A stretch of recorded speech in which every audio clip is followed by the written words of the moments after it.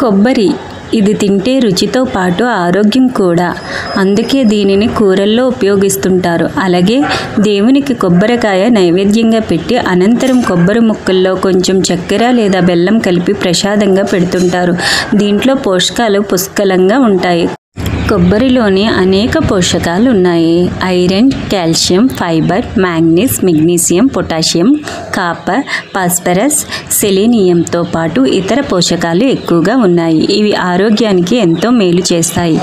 100 గ్రాముల పచ్చి కొబ్బరిలో సుమారు 350 కిలో క్యాలరీల శక్తి ఉంది. పిండి పదార్థాలు, కొవ్వులు, మాంసకృతులు, విటమిన్లు, ఖనిజ లవణాలు బాగా ఉన్న కొబ్బరిని తినడం వల్ల మేలే జరుగుతుంది. అయితే డయాబెటీస్తో బాధపడేవారు కొబ్బరి తినకూడదని అంటుంటారు. కానీ నిజానికి డయాబెటీస్ ఉండటం వల్ల రక్తపోటు, గుండె జబ్బుల ప్రమాదం పెరుగుతుంది. అటువంటి పరిస్థితిలో రక్తంలో చక్కెరను జాగ్రత్తగా చూసుకోవడం ముఖ్యం. ఆరోగ్యానికి మేలు చేసే కొబ్బరి డయాబెటిక్ రోగులు కూడా తినవచ్చని ఆరోగ్య నిపుణులు చెబుతున్నారు. కానీ పరిమిత పరిమాణంలో మాత్రమే తింటే మంచిదని అంటున్నారు.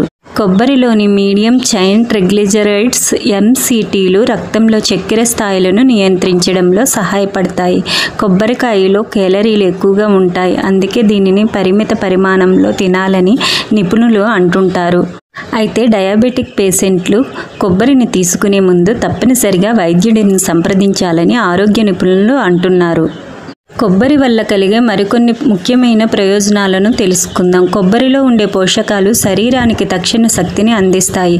కొబ్బరిలో ఉండే పీచు పదార్థం జీర్ణక్రియను మెరుగుపరుస్తుంది మరియు మలబద్ధకం సమస్యను తగ్గిస్తుంది.